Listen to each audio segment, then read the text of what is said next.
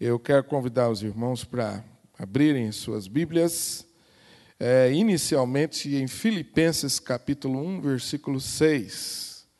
E depois nós vamos ler outros textos, mas inicialmente Filipenses capítulo 1, versículo 6.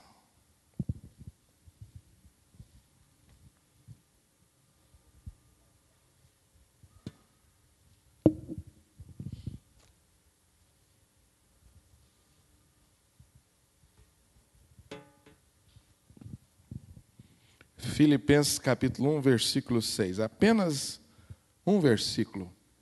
Está aqui projetado, podemos ler juntos aqui, bem forte, na projeção. Vamos lá? Estou plenamente certo de que aquele que começou boa obra em vós há de completá-la até o dia de Cristo Jesus. E Deus abençoe essa palavra e aplique no nosso coração. Amém? Deus está fazendo boa obra em você. Que bênção! Deus está ocupado com a minha vida e com a sua vida. Já parou para pensar que honra nós temos? De sermos contemplados com ações de Deus, cada um de nós, segundo a nossa história, segundo as nossas necessidades, tem sido contemplado com as ações, e nós podemos acrescentar dizendo ações coordenadas de Deus. Você pode ter chegado aí já aos 50 anos, talvez aí 20, 30, 40 anos que você tem caminhado com Jesus e você vai olhar para trás. E talvez agora, já na chamada meia-idade aí, depois de 50 anos de vida, você começa a entender algumas coisas que aconteceram na sua vida lá atrás. E você percebe, como o nosso irmão Wilson orou no culto, Deus tem tudo sob seu controle. Naquele tempo, você não entendeu o que aconteceu. Mas nem por isso, Deus havia abandonado ou deixado você de lado, ou deixado você se virar sozinho. Não. Aquilo que aconteceu estava dentro do propósito maior de Deus para a sua vida. Fazia parte da obra de Deus na sua vida. E isto vai continuar, Paulo diz, até a volta do nosso Senhor Jesus Cristo, incansavelmente, 24 horas por dia, o nosso Papai do Céu está trabalhando na nossa vida. Qual é a imagem que você tem de Deus que você poderia tomar por comparação de Deus trabalhando na sua vida? Qual a imagem que vem à sua mente? A imagem de um agricultor que lavra a terra todos os dias? A imagem de um construtor que coloca um tijolo sobre o outro e fica aguardando a conclusão da obra? Ou a imagem, como, por exemplo, a imagem que eu tenho, de um artesão com um formão na mão, e todos os dias ele dá uma batidinha, e vai esculpindo a imagem de Jesus na minha vida e na sua vida. Não sei qual é a sua imagem, eu gosto dessa. Eu já falei para vocês que eu admiro muito aqueles artesãos que trabalham na madeira. E muitas vezes eu tomo por comparação isso. Algumas vezes esse formão, ele tem a ponta bem afiada, né? Ele vai fundo, dói um pouco. Mas quando eu olho para trás, eu já posso ver um pouco dessa imagem que está sendo formada. Que bênção, né? Essa imagem é a imagem de Cristo Jesus. E é isso que nós temos chamado de processo de maturidade espiritual nos nossos encontros aqui. É o trabalho de Deus formando a imagem de Jesus em nós. Maturidade espiritual é ser semelhante a Jesus. É tornar-se semelhante a Jesus. Essa é uma obra que Deus está fazendo na nossa vida. Às vezes nós oramos por tantas coisas que gostaríamos de ver acontecendo na nossa vida. Gostaríamos de ver, por exemplo, alguém da nossa família convertido. Quem sabe desajustado, nós gostaríamos de vê-lo ajustado. E tantas outras coisas que nós gostaríamos que o nosso Deus estivesse agindo. E às vezes nós nos esquecemos que o foco de Deus, a atenção de Deus, as ações de Deus, elas estão voltadas prioritariamente para a nossa vida, na construção da imagem de Jesus. Eu gostaria de ter mais coisas. Você também? Quantos gostariam de ter uma casa melhor? Quantos gostariam de ter um carro melhor? Quantos gostariam de poder agora falar assim, eu acho que amanhã, a partir de amanhã, eu não vou trabalhar, não. Vou tirar um mês de férias, vou viajar para a Europa, passar um mês. Né? Gostaria, Amélia, de fazer uma turnê na Europa? Não? Você não, Anilton? Tá bom. Nós íamos dar para você de presente, não vamos mais. Você não gosta? Ou no Brasil, né, Anilton? A gente gostaria de ter mais coisas. E vocês já perceberam quanto que a gente se angustia por não conseguir o ter? Se frustra. Nós estamos assim, quando agimos assim, fora do foco. O foco de Deus não é no ter. O foco de Deus é na construção do ser. O que acontece conosco? Quando nós trabalhamos alinhados com Deus, nós percebemos o crescimento e nós experimentamos uma vida espiritual acima da média, diferenciada, abençoada. Mas quando nós trabalhamos desalinhados, ou Deus está trabalhando numa coisa, mas eu estou trabalhando em outra, isso significa que eu estou trabalhando sozinho. E aí eu me canso, me desgasto, me frustro, porque sozinho eu não vou longe. A nossa vida espiritual ela precisa estar alinhada com os desejos de Deus. A gente fala muito nos sonhos, em realizar sonhos. A gente tem ouvido tanta música sobre isso, né? As músicas têm enfocado tantos sonhos. Se mataram os seus sonhos, né? Tem uma música que a gente canta muito, se destruíram os seus sonhos. Não desista. Muito bem, mas, em primeiro lugar, pense nos sonhos de Deus. O sonho de Deus para a sua vida é tornar você semelhante a Jesus cada dia. Agora, o ter não é pecado, você desejar ter, não é pecado. O problema é quando nós perdemos o foco e jogamos as nossas forças e as nossas energias no ter. Quando Deus está preocupado em nos fazer ser a semelhança do nosso Senhor e Salvador Jesus. Se alguém pedisse para você, Senhor, se você fizesse uma avaliação da sua vida, talvez você começasse pensando nas coisas que você quis alcançar, quis ter e não conseguiu. Então você faria um balanço. Olha, eu estabeleci como alvo ter isso e aquilo, mas não consegui. Então eu acho que a minha vida precisa melhorar, eu preciso alcançar o ter. Mas eu queria convidar você para nós alinharmos as nossas expectativas e pensar um pouquinho, fazer um balanço um pouquinho naquilo que Deus está fazendo na nossa vida, na construção do ser. Como que está o seu nível de maturidade espiritual?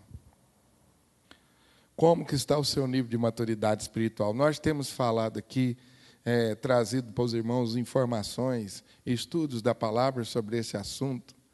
E eu vou continuar, pelo menos por mais uma quarta-feira, para concluir esse assunto. E depois eu vou começar com os irmãos uma série de estudos no Apocalipse. 14 princípios para uma vida vitoriosa só no livro de Apocalipse.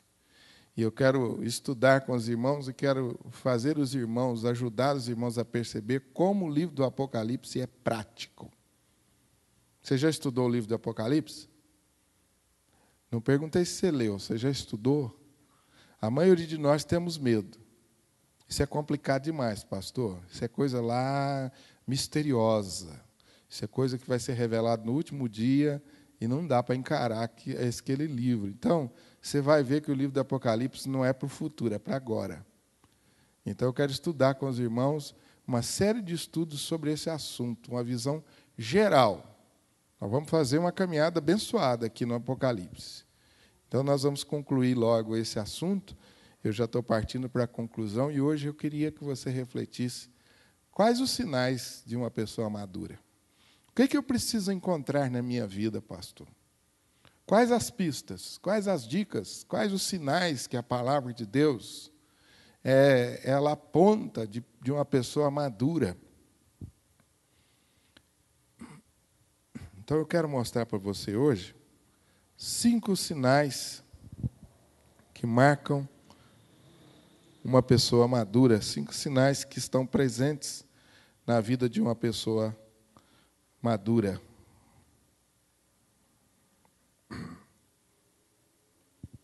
Hebreus, a palavra de Deus em Hebreus, eu queria que você mais uma vez abrisse lá, Hebreus.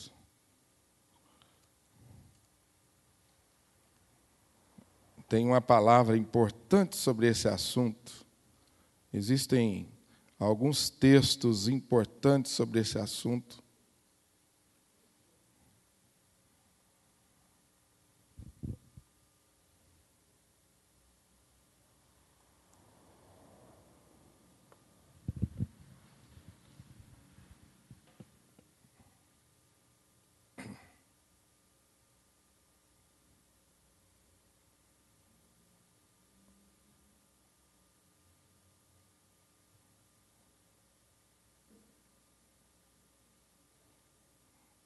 Hebreus capítulo 5.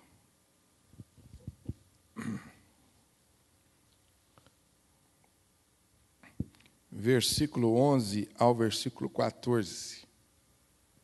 Esse é um texto que você precisa tomar como referência para verificar a maturidade. Acompanhe comigo a leitura, por favor. Os irmãos localizaram, amém? Hebreus 5, 11 a 14. A esse respeito, temos muitas coisas que dizer e difíceis de explicar, porquanto vos tendes tornado tardios em ouvir. Pois, com efeito, quando devíeis ser mestres, atendendo ao tempo decorrido, tendes novamente necessidade de alguém que vos ensine de novo quais são os princípios elementares dos oráculos de Deus. Assim vos tornastes como necessitados de leite, e não de alimento sólido. Ora, todo aquele que se alimenta de leite é inexperiente na palavra da justiça, porque é criança. Mas alimento sólido é para adultos, para aqueles que pela prática têm suas faculdades exercitadas para discernir não somente o bem, mas também o mal. Olhe para o começo do texto que nós lemos, versículo 11. Os irmãos leitores da carta aos Hebreus estão sendo aqui exortados porque eram tardios em ouvir. Versículo 12. Quando devíeis ser mestres, atendendo ao tempo decorrido. O que o texto está querendo dizer? Pelo tempo de fé e de caminhada, vocês já deveriam ser mestres. É isso que o autor está dizendo. No entanto, vocês estão tendo necessidade novamente de que alguém ensine para vocês as coisas básicas, os princípios elementares dos oráculos de Deus. Assim, vocês se tornaram necessitados de leite e não de alimento sólido. E ele está dizendo que o que se alimenta de leite é o quê? Inexperiente é criança, mas o que é maduro se alimenta de coisas sólidas. Esse é o primeiro sinal. O crente maduro deseja alimento sólido. Quem está experimentando o crescimento espiritual, pode ser que já tenha chegado um tempo onde você sinta necessidade de se aprofundar e de vivenciar as coisas das Escrituras Sagradas. Você já saiu do básico. E você agora já domina as coisas básicas da fé e sente necessidade de conhecer e de vivenciar. Quando, meus irmãos, nós falamos, ou o apóstolo Paulo fala, em conhecer, em receber, em tomar um alimento sólido, ele não está falando apenas em conhecimento. Uma coisa que é preciso que nós entendamos é que, biblicamente, a maturidade ela é a conjugação do conhecimento e da prática.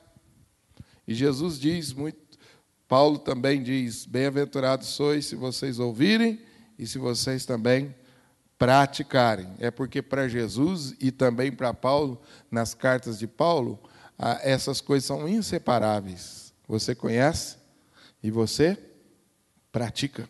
Você conhece e você vive. E a palavra nos exorta quanto a nós desenvolvermos uma vida meramente teórica, intelectual. Conhecemos as doutrinas bíblicas. Conheço a Bíblia, sei explicar vários textos bíblicos, conheço a história da igreja, mas, meu irmão, o que eu e você precisamos verificar é se isso está mudando a minha vida. As minhas ações, a minha prática está mudando. Se eu, de fato, tenho me alimentado de coisas mais sólidas.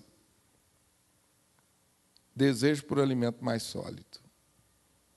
Esse é o primeiro sinal de um crente maduro. Vocês, pais, sabem como que é preparar a refeição para a criança, né? O que você tem que fazer? Você tem que levar ela no liquidificador e bater. Não é? Até deixar uma papinha bem fácil de digerir. Fácil, ela não precisa nem se esforçar. Você coloca na boca, desce, tranquilo. Mas quando você chega à maturidade, ou você se torna adulto, já não precisa desse processo mais. Porque você aprendeu a mastigar os alimentos, a digerir esses alimentos e a aproveitá-los de uma maneira completa. Então, querido, como que é, na prática, como tem sido o nosso comportamento mediante a palavra? A palavra que tem sido lida, a palavra que tem sido pregada, a palavra diante da qual eu tenho sido exposto. Como que tem sido as minhas reações? Eu desejo algo mais.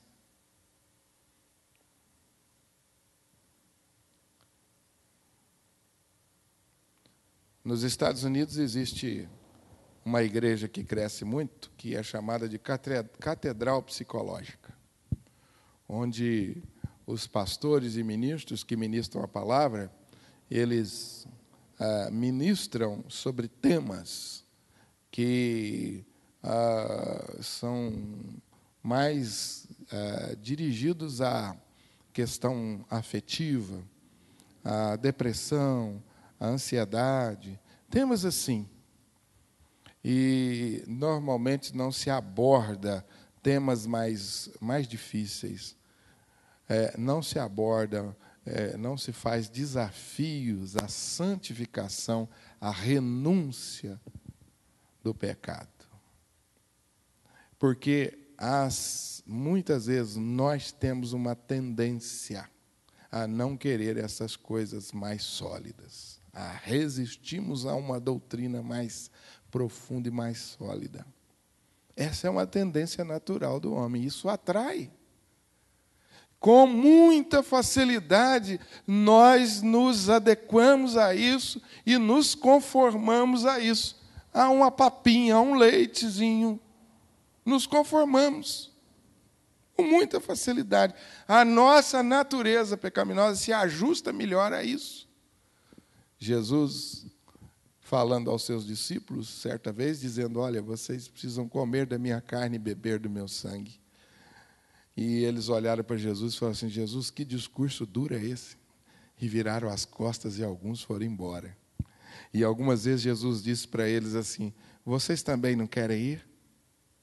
Aqueles que ficaram. Vocês também não querem ir? Porque o discurso era mais profundo. O discurso chamava ao compromisso, era um discurso desafiador. Na caminhada dos discípulos com Jesus, houve um tempo que ele olhou para eles e disse assim, vocês querem realmente continuar me seguindo? Porque as raposas têm lugar para dormir, têm os seus covis, mas o Filho do Homem não tem lugar para encostar a sua cabeça. Vocês querem continuar me seguindo? Você percebe que no tratamento de Jesus, ou na formação dos discípulos, Jesus ia ajustando, Jesus ia apertando um pouco os parafusos e chamando eles cada vez mais para uma renúncia e para um compromisso e para uma dedicação maior. Mas nem todos se submeteram a isso. Alguns renunciaram, viraram as costas. Então, a maturidade envolve isso, você aprender a digerir coisas mais sólidas, exercícios um pouco mais pesados, experiências mais profundas com Deus. A primeira marca de um crente maduro é o desejo por coisas mais sólidas. Sair daquela superfície. Qual o livro da palavra de Deus que você mais gosta de estudar? O livro de Salmos é campeão, não é? É o mais fácil, é o que mais, com o livro que mais, com nós mais nos identificamos. Porque ele fala dos dramas humanos e fala da resposta de Deus aos esses dramas humanos. E em cada drama humano que o salmista retrata, você percebe você na vida deles. E como é bom a gente ser tratado nisso. Agora, dá uma olhadinha nos profetas. Dá uma olhadinha em alguns profetas. Já estudou o livro do profeta Malaquias?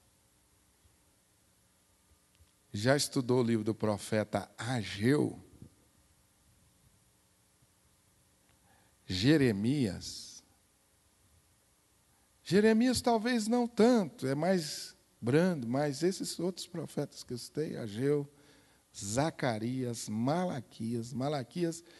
Malaquias era um profeta tremendamente incômodo, ou profeta incômodo. Ele só fazia pergunta complicada, pergunta que mexia com os brios do povo. Então, muitas vezes nós temos a tendência de, na nossa rotina diária de estudo da Bíblia, ir separando. E aí a nossa Bíblia acaba ficando pequena, né? Que a gente tira os profetas, a gente tira alguns livros que a gente acha que não tem muita coisa, como Levítico, Números, Deuteronômios, pastor, aquela genealogia, cansativo, Apocalipse nem se fala, isso aí é coisa para teólogo, é coisa para pastor. Então, a Bíblia da gente acaba ficando Salmos, Evangelhos e algum outro texto de Paulo. E também, Paulo, você tem que tomar cuidado, porque de vez em quando, ele dá cada puxão de orelha na gente, não é? Então, você percebe como que isso pode mostrar para nós, revelar a nós a nossa tendência nestas questões. Segunda marca. Primeira, então, um desejo ardente. Um desejo ardente por alimento sólido. A palavra de Deus é alimento para a nossa alma. A segunda marca que nós devemos encontrar na nossa vida, ela está também ligada aos nossos relacionamentos. E eu chamo a sua atenção para um texto em Filipenses, capítulo 1, versículo 15, e nós poderíamos ler outros textos, mas nós separamos esse. Novamente, Paulo como exemplo. O apóstolo Paulo está preso, e na prisão ele escreve a carta aos Filipenses, e você sabe que Paulo está preso injustamente, e no capítulo 1, versículo 15, olha o que ele diz. Alguns efetivamente, capítulo 1, versículo 15. Alguns efetivamente proclamam a Cristo por inveja e outros, porém, o fazem de boa vontade. Estes por amor, sabendo que estou incumbido da defesa do Evangelho. Aqueles, contudo, pregam a Cristo por discórdia, insinceramente, julgando suscitar tribulação às minhas cadeias. Todavia, o que ele diz? O que me importa? Todavia, o que me importa isso? O que estava acontecendo? Paulo estava preso, e alguns pregadores do Evangelho, querendo se promover, nas suas pregações, eles insinuavam que as cadeias de Paulo eram por causa de algum problema, por causa de desobediência, era porque ele estava sendo infiel a Deus. Era mais ou menos assim o evangelho da prosperidade bem light. Ou seja, né, por que ele está preso? Se ele fosse fiel a Deus, ele não estava sofrendo na cadeia. Não se referia a ele diretamente, mas dava a entender. E dessa forma eles buscavam o quê? Se destacar em relação a Paulo. E isso chegou aos ouvidos de Paulo. Falou: Paulo, tem uma turma pregando o evangelho aí, eles estão arrebanhando multidão, mas nas entrelinhas eles estão dando a entender que você é um falso apóstolo. Eles estão lançando dúvidas sobre as suas cadeias, Paulo. Como que vocês acham que o homem se sente? Poderia estar no canto da cadeia se sentindo ferido, né? Lá no fundo lamentando. Falou: mas não é possível. Essas pessoas estão pregando o evangelho, se aproveitando das minhas cadeias. Ele poderia estar lá no fundo da prisão lamentando, se sentindo vítima. Sabe o que ele faz? Ele fala assim: o que importa? O evangelho está sendo? Por que ele... Qual é a visão? Você entendeu? Porque, apesar disso não ser correto, eles acabavam produzindo um benefício muito maior. Qual era o benefício maior? O evangelho estava sendo pregado e muitas pessoas obedecendo à fé, apesar das motivações estarem erradas. E para Paulo era isso que importava. Um crente maduro, ele tem resistência às ofensas. Ele tem uma certa impermeabilidade às ofensas. Você já viu aquele tipo de pessoa que qualquer coisa se ofende? A gente gosta de falar de crente de vidro. É aquele vidro bem fininho, qualquer coisa se quebra. Se falou assim, não está bom. Se não falou, também não está bom. Se falou mais duro, não está bom. Se falou mais fraco, não está bom. Enfim, se ofende facilmente com as coisas. Já viu? Já conviveu? Ou talvez você estivesse agora pensando assim: eu acho que eu já fui esse tipo de crente. Era complicado. Qualquer coisa me ofendia. O O crente maduro é um crente que, com o tempo, ele vai aprendendo a priorizar as coisas maiores e mais importantes, mesmo que isso custe algum sacrifício pessoal. Você já teve que engolir algum sapo para promover a paz lá na sua casa? Já? A gente gosta de usar essa expressão, não se engolir sapo. Já? Já teve que engolir sapo na igreja para promover a paz? Já? Parabéns, você está amadurecendo. Às vezes, por causa de uma pequena coisa, a gente coloca o todo em risco. Porque eu não fui prestigiado, porque eu não fui contemplado da maneira que eu gostaria de ser, então nada do que foi feito está bom. Mais ou menos assim. Nós estamos num culto aqui. E o pastor foi abençoado com a palavra, e Deus, naquela noite, converteu 50 pessoas, entregaram a vida a Jesus. Mas o dirigente do culto esqueceu de chamar você para cantar o hino. Você estava no programa, mas esqueceu de cantar o hino. O culto acabou para você. Você ficou chateado. Saiu todo mundo feliz do culto, porque percebeu a presença, a ação de Deus. E como é bom isso. Quantas pessoas se entregando a Jesus. Mas você saiu tão aborrecido que você perdeu a bênção maior, porque você não foi contemplado na sua necessidade de ser percebido. Já aconteceu isso? Já viu isso acontecer com alguém? Em que você tem vontade de abrir a cabeça dele e falar assim, mas espera aí, você não percebeu o que aconteceu?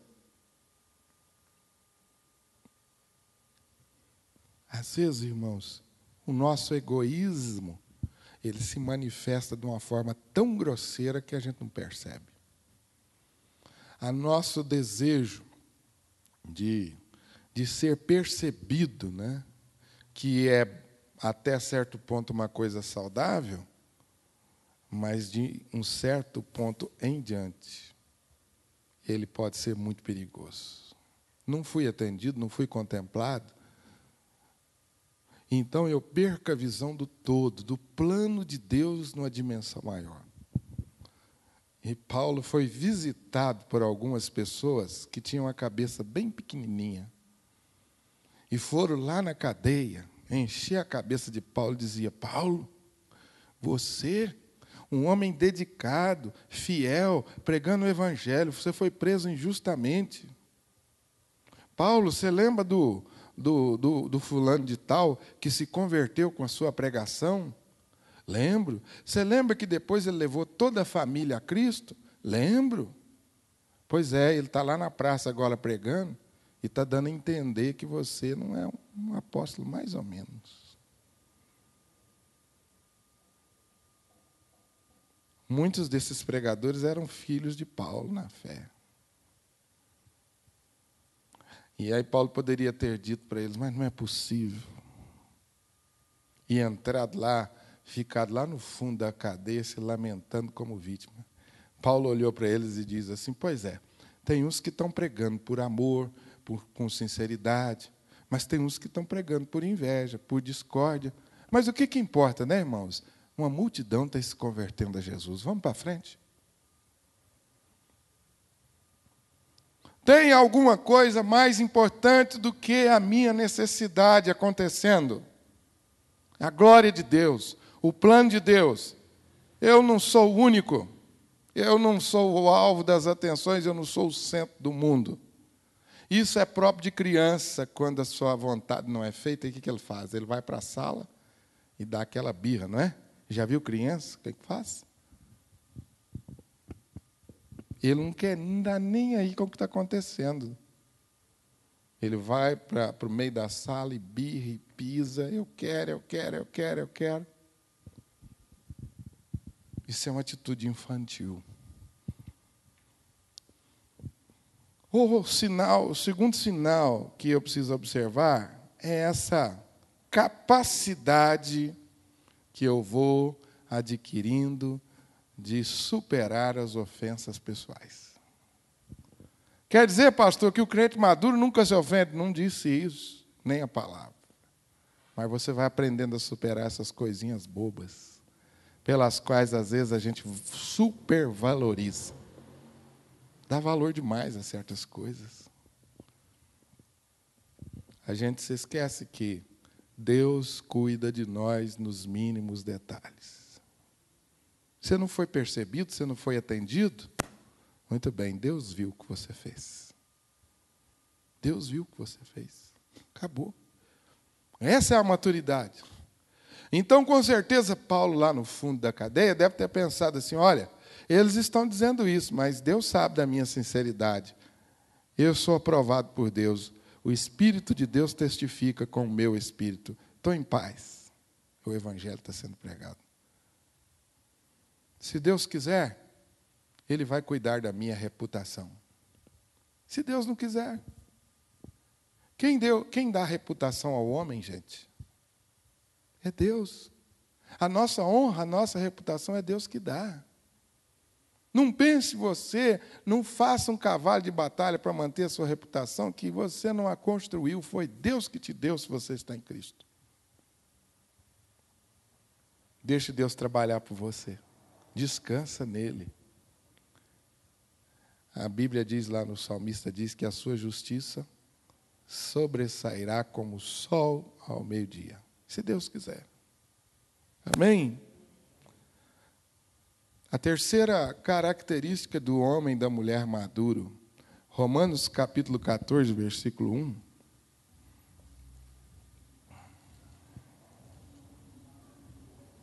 Romanos capítulo 14, versículo 1.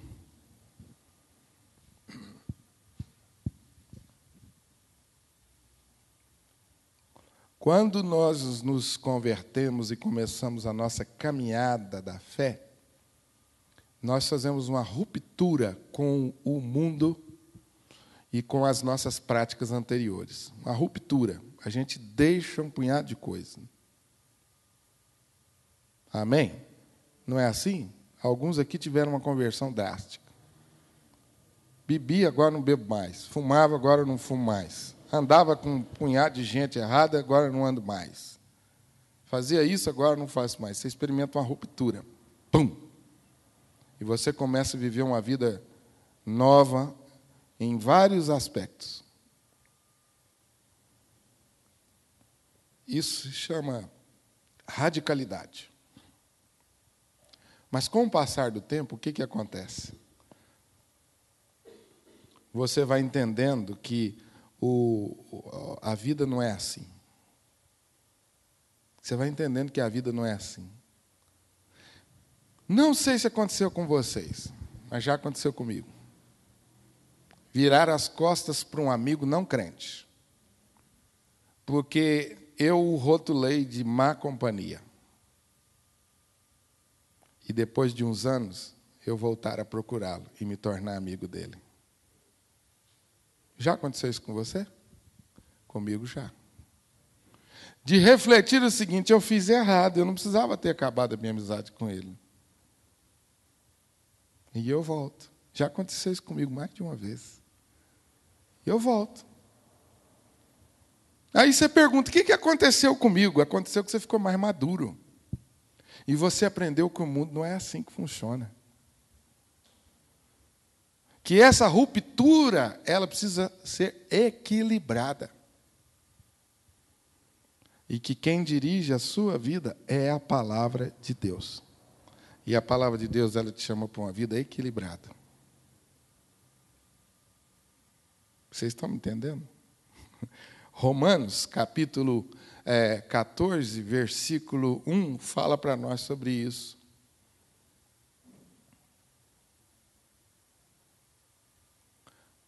Acolhei ao que é débil na fé, não porém para...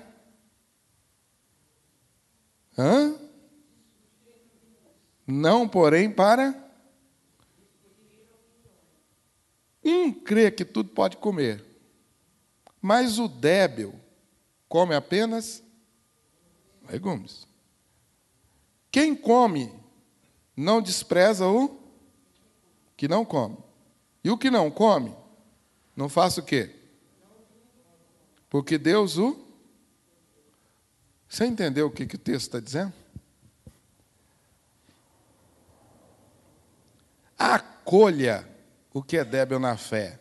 Não comece a discutir opiniões com ele para convencê-lo de que o seu comportamento é o único. Existem determinadas coisas que nós podemos transigir, outras não. Determinadas coisas você pode aceitar, você pode conviver, outras você radicalmente não pode. E à medida que nós vamos amadurecendo, nós vamos aprendendo a discernir isso. Por isso, às vezes, a gente se arrepende e volta a conviver com aquele amigo que fuma, com aquele amigo que bebe. E aí você começa a olhar ele diferente. Porque quando a gente se converte, a gente olha para ele e diz, esse cara está no inferno, está lascado, ele fuma, ele bebe, ele está no inferno selado e não tem jeito, eu quero a distância dele, porque se eu continuar com ele, ele vai me levar junto. Aí depois, com o tempo, você amadurece, você fala assim, esse camarada precisa de Jesus tanto quanto eu. Não é porque eu sou salvo que eu sou melhor que ele, nós dois estamos precisando de Jesus. Vem cá que eu vou te ensinar o caminho, sem ficar mostrando para você que você está completamente perdido e que eu sou melhor que você. Entenderam esse comportamento que vai mudando na nossa vida? Isso a gente chama de radicalismo ou de legalismo. Nós temos uns certos radicalismos, uns certos legalismos. E todo legalista e todo radicalista, ele acaba condenando a si mesmo. Ele mais tarde ele acaba praticando aquilo que ele condenou durante muito tempo. E aí ele fica meio maluco. Isso se chama hipocrisia, que às vezes ela vem disfarçada. Eu queria que vocês me ajudassem. Eu estou conseguindo fazer você entender? Quando você vai amadurecendo na fé, a sua consciência ela vai sendo formada pela palavra e não pelas opiniões dos outros. Alguém chega para você e diz assim, ó, irmão Wilson, você está lá na igreja, né? Estou, crente. Então, irmão, mas falar um negócio para você, cara. Você precisa... Você gosta de futebol, né? Larga disso. Isso não é de Deus, não. Larga esse negócio de futebol. Eu já vi você com aquela camisa do Cruzeiro. Faz lá. Põe do Palmeiras, é melhor. Eu já vi você. Mexe com futebol, isso. Aí o Wilson vai embora para casa e fica aquilo na cabeça. Meu Deus, será que eu estou no pecado mesmo? Aí ele senta lá para assistir o Cruzeiro tomar uma lavada do Atlético. Aí ele fica assim. Será? Será que eu estou pecando? E aí vem outro. No outro dia vem outro, traz uma opinião diferente para ele. Daqui a pouco ele está todo confuso. De vez em quando um crente me liga e fala assim, pastor, eu preciso de um horário com o senhor. O que foi, meu irmão? Estou confuso demais. Por que está acontecendo? Não, tem um crente lá no meu trabalho que está me perturbando. E eu não entendo por que um crente tem que perturbar o outro, né? Eles deveriam se ajudar, mas um crente tira a paz do outro. Em vez de se ajudar, ele fica convencendo que o outro não está na fé, que o outro está em pecado. Ou seja, eles começam a discutir opiniões. E aquele mais fraco na fé acaba se ficando confundido, porque ao invés de se voltar para a palavra, ele voltou para a opinião do outro. Principalmente quando você convive com alguém que tem uma outra doutrina diferente da sua. Ó, irmã Elza, você é lá da igreja? Sou, mas o cabelo seu está muito curto, hein? palavra de Deus está dizendo lá que... E aí, às vezes a gente aceita a opinião e não vai para a palavra. Vocês viram, lembram que nos nossos estudos aqui, um dos hábitos de pessoas maduras é o estudo da palavra? Então, a sua consciência vai sendo formada pela palavra. O que estava acontecendo nos dias de Paulo? Alguns achavam que comer carne era pecado. Eles haviam se convertido. Eles estavam num processo de crescimento espiritual e eles achavam que comer carne era pecado. E aí ele se uniu com outro crente. Com um crente que aprendeu que não tinha problema, podia comer carne, podia comer legumes. E aí aquele crente que não comia carne, virou para o crente que comia carne e falou assim, você está fora. Você está errado. Você está errado, você não está na fé. Você está comendo carne. E aí aquele que estava comendo carne olhava para ele e falou assim, não, você é infantil demais na fé. E os dois começavam a bater boca. E enquanto eles batiam boca e discutiam, tentando convencer um ao outro, os incrédulos que precisavam de Jesus estavam lá, hein? E eles lá tentando convencer que o outro estava errado. Aí Paulo falou assim, você que é mais forte na fé, acolha ao que é fraco.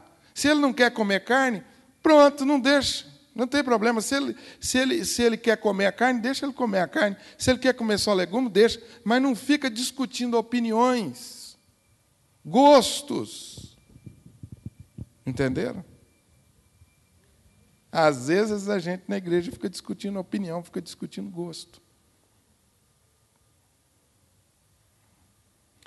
Eu não sei quanto tempo eu já gastei do meu ministério falando sobre o uso de bebida. Não sei quanto tempo. Se eu somar isso, eu acho que vai dar muitas horas. Pastor, pode beber ou não? Aí você fala assim, não. Aí a pessoa, não, mas um vinhozinho só. Aí o outro começa assim, não, mas vinho é bebida, não pode. Aí o outro, não, mas pode. E pá. Chega. Para com essa infantilidade.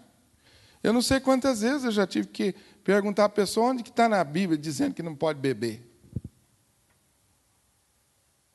Aí eu faço algumas perguntas. Como aqui o membro da igreja que foi pregar e falou que os homossexuais não herdavam o reino dos céus, que estava na palavra de Deus.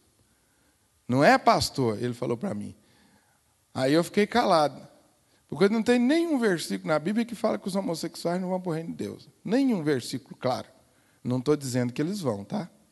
Só estou dizendo que na Bíblia não está claro. Mas ele queria me convencer e queria que eu confirmasse isso que tinha um versículo na Bíblia que falava isso. Eu fiquei calado para não deixar ele com vergonha. Depois do culto, eu falei, irmão, você citou a Bíblia errado. Então, tem gente que é assim, que fica se defendendo uma coisa que ele nunca viu na Bíblia, mas ele acha que é certo. Ele ouviu a opinião do outro. Agora, onde que está na Bíblia? Eu estava evangelizando junto com... Eu não lembro mais quais eram os diáconos dessa igreja aqui.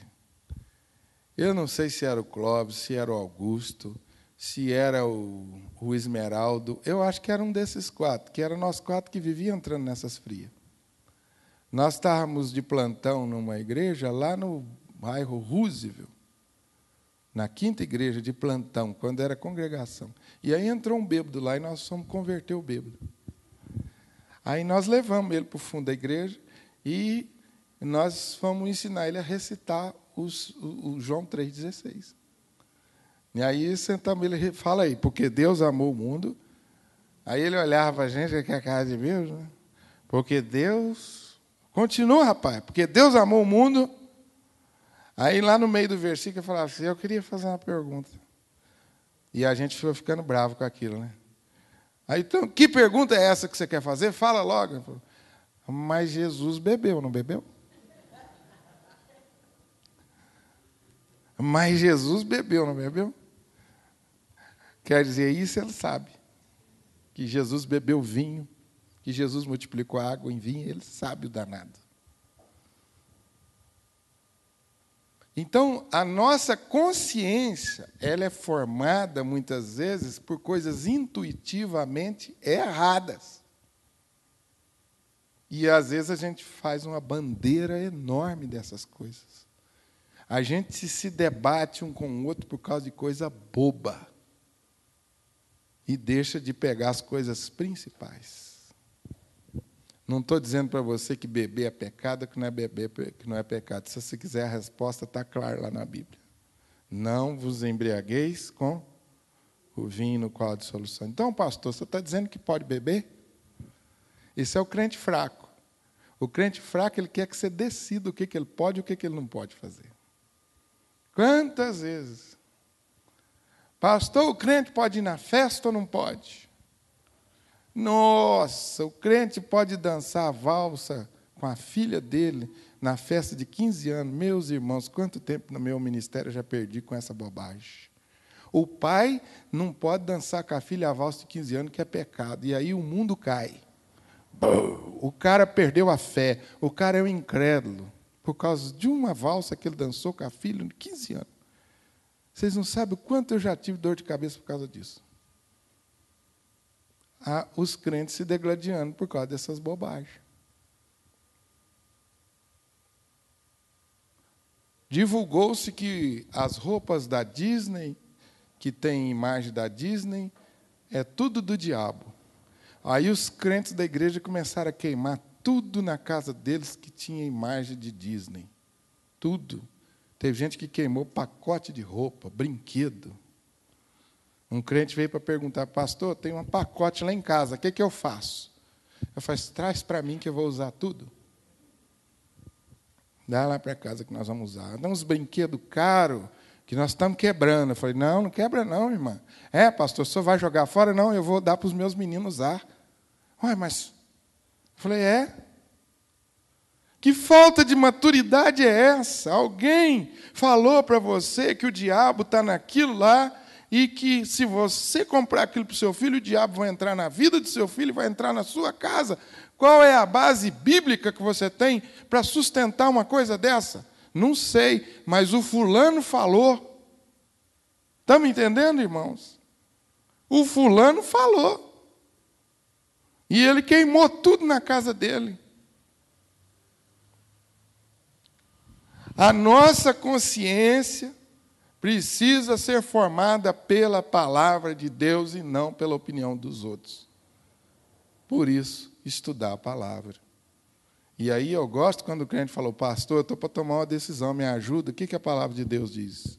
Aí você pega um texto, você pega 2 textos, você pega 3 textos, você pega 4 textos, e aí você tem uma ideia geral da vontade de Deus. E aí você forma um pensamento equilibrado a respeito daquilo. Cuidado com os extremismos e os radicalismos. E não discuta opiniões.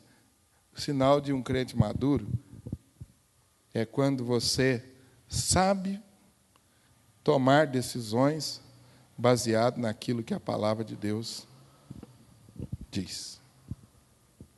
Por que você não faz isso? Não, porque eu acho que não pode. Você acha? O que a palavra de Deus diz? Pastor, não sei não. Então, procura saber. 4º lugar. Vamos caminhando. Eu queria tanto não cansar vocês, mas não estou conseguindo. O quarto sinal de um crente maduro é aquele crente que nunca perde aquela sensação de humilde surpresa quando é usado por Deus. Quando nós estamos em Cristo, nós somos usados por Deus.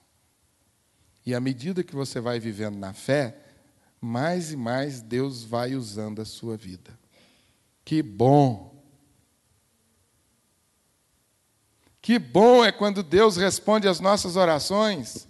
Que bom é quando você traz uma palavra para alguém e aquela pessoa é edificada. Que bom é quando você evangeliza, aquela pessoa se entrega a Cristo Jesus. Agora, com o passar do tempo, você vai achando que isso é tão natural e que Deus te usa porque você é um cara realmente fora de série.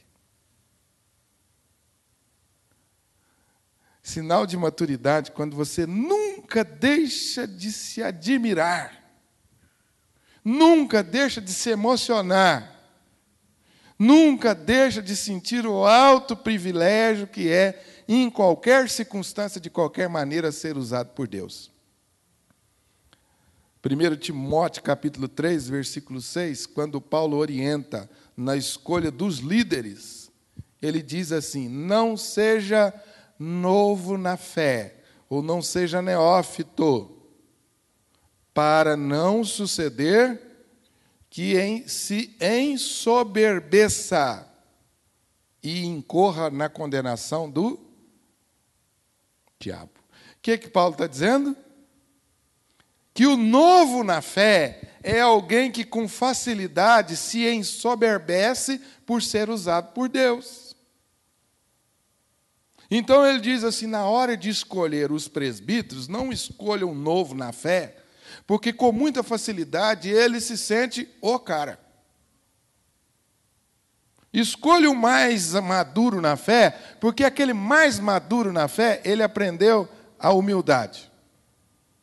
Ser usado por Deus, mas permanecer humilde. Mas ele aprendeu isso assim? Não. Foi um processo em que Deus foi batendo o formão e foi talhando a vida dele, às vezes com experiências dolorosas, mas ele aprendeu a humildade em qualquer circunstância. Gente, que coisa terrível é quando alguém se ensoberbece na obra de Deus. Acha que sem ele nada acontece. Acha que Deus o usa porque ele é uma categoria superior de pessoas. Vou contar um segredo para vocês. Como Deus trabalha na nossa vida como pastor. Eu demorei um pouquinho a entender isso. Mas Deus trabalha constantemente livrando a gente desse ensoberbecimento. Sabe de que maneira? Muitas vezes durante a semana eu estou preparando uma mensagem na igreja, para a igreja, e durante a semana Deus vai confirmando a mensagem, trazendo ideias. E você chega, às vezes, para compartilhar uma mensagem da palavra de Deus, e você chega assim, eu fiz tudo que tinha que fazer, então agora as coisas vão acontecer, porque eu fiz tudo que tinha que fazer. Aí sabe o que Deus faz? Nada acontece. Já aconteceu muitas vezes de eu preparar um sermão, fazer um apelo, ninguém se entregar para Cristo, o povo da igreja sair, ninguém falar nada da mensagem, e eu sair da igreja falando assim, nossa vida, que porcaria que eu fiz hoje, hein, Deus? Deus, tem misericórdia de mim, que hoje eu fui mal demais. O que aconteceu, Deus? Será que o problema está na igreja? O problema está em mim? Aí você começa a pensar nos crentes da igreja e fala assim, não, mas aqueles crentes são tão abençoados, acho que o problema é em mim mesmo. O que será que eu fiz de errado? A melhor mensagem que eu preparei, não aconteceu nada. Aí você fica uma semana ruim, viu? Quando você tem uma esposa abençoada como eu, ainda te dá uma palavra de consolo. Não, amor, você foi tão bem. Agora, o duro é quando a esposa vai calada também. Os meninos calados, tudo calado. Você vai, nossa, parece que nem o cachorro na sua casa te recebe bem naquele dia. Aí, Wilson, chega a semana seguinte, você não faz o trabalho como você queria fazer, você não tem tempo de estudar, às vezes, você as ideias não vêm. Aí você vai e prega a palavra de Deus e fala assim, Deus, termina esse negócio logo que eu não estou aguentando mais. Aí você faz um apelo e vem um monte de gente para Cristo. Você fala assim, Deus, eu não estou entendendo nada. Aí Deus fala assim, fica na sua aí, quem faz a obra sou eu. Você pensou que era você? Não é você não, sou eu. Você pensou que é o seu sermão bem feito que converte pessoas? Você pensou que as pessoas se convertem porque você fala bonito? Não, esquece isso. Quem faz a obra sou eu, fica aí na sua. Deus guarda a gente da soberba às vezes. E é duro aprender essa lição às vezes, viu? É duro. Eu estou falando para vocês de algo que eu sei. Perigo de ensoberbecer na obra de Deus. Eu já vi muita gente largar as fileiras da igreja, deixar a igreja por causa do ensoberbecimento. Porque não foi do jeito que ele queria. Porque não foi na hora que ele queria. Deus trata com a gente. E Paulo orienta aos crentes dizendo assim: o novo na fé se ensoberbece fácil.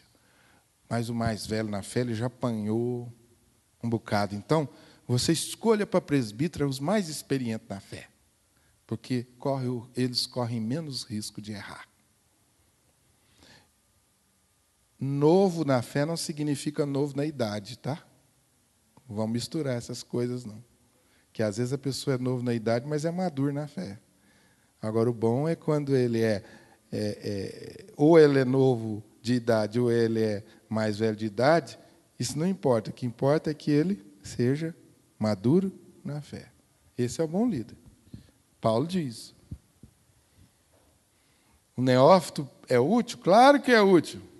O neófito tem uma força e uma energia que o mais experiente precisa. E essas coisas se equilibram. Mas como é importante uma pessoa com a cabeça no lugar. Uma pessoa que já aprendeu que o nosso caminho o nosso lugar é de joelho. Nós não somos nada. A verdade é essa, nós não somos nada.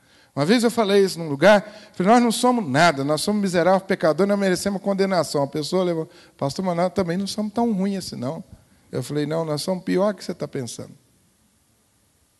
Pior que você está pensando. E às vezes Deus se encarrega de colocar a gente no lugar da gente. Como é bom. Quinto lugar, quando você vai ganhando com o tempo, isso é um processo. A tendência de dar crédito a Deus pelo crescimento espiritual e não aos homens. Nós vivemos num tempo onde nós temos a tendência de colocar homens no pedestal. Nós vivemos no tempo, aliás, o homem sempre correu esse risco, né, de idolatrar pessoas. O crédito pelo nosso crescimento espiritual, ele é somente de Deus. Você não sabe a luta que eu tive para chegar até aqui. Mentira. Sai dessa vida. Você é o que você é pela graça de Deus. Não é pelos seus méritos. Por isso que Paulo fala que ele se considerou o pior dos pecadores. Irmãos, nós estamos ouvindo isso de Paulo. Senhor, eu quero ser considerado como esterco, ele fala. A minha cultura, a minha sabedoria é como esterco. Como fezes de animal, Paulo diz. Tal era a consciência que ele tinha do que ele era, o que ele era, e que ele chegou onde chegou, não pelos méritos dele, mas pela graça de Deus. Amém? Sinais de maturidade. Que Deus nos ajude a nós observarmos isso na nossa vida. Aquele que começou boa obra em vós, de completá-la até o dia final.